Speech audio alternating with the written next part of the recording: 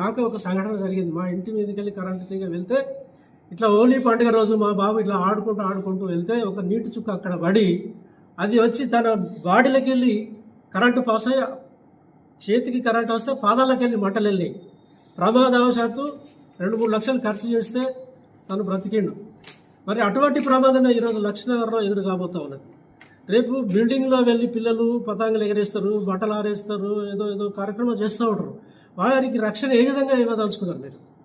ఈరోజు మనకు అండర్ గ్రౌండ్లో ఒక స్టీల్ పైపులో కానీ ప్లాస్టిక్ పైపులో కానీ కేబుల్ పెట్టి అక్కడ నుండి మీటర్ కనెక్షన్ ఇస్తే సరిపోతుంది.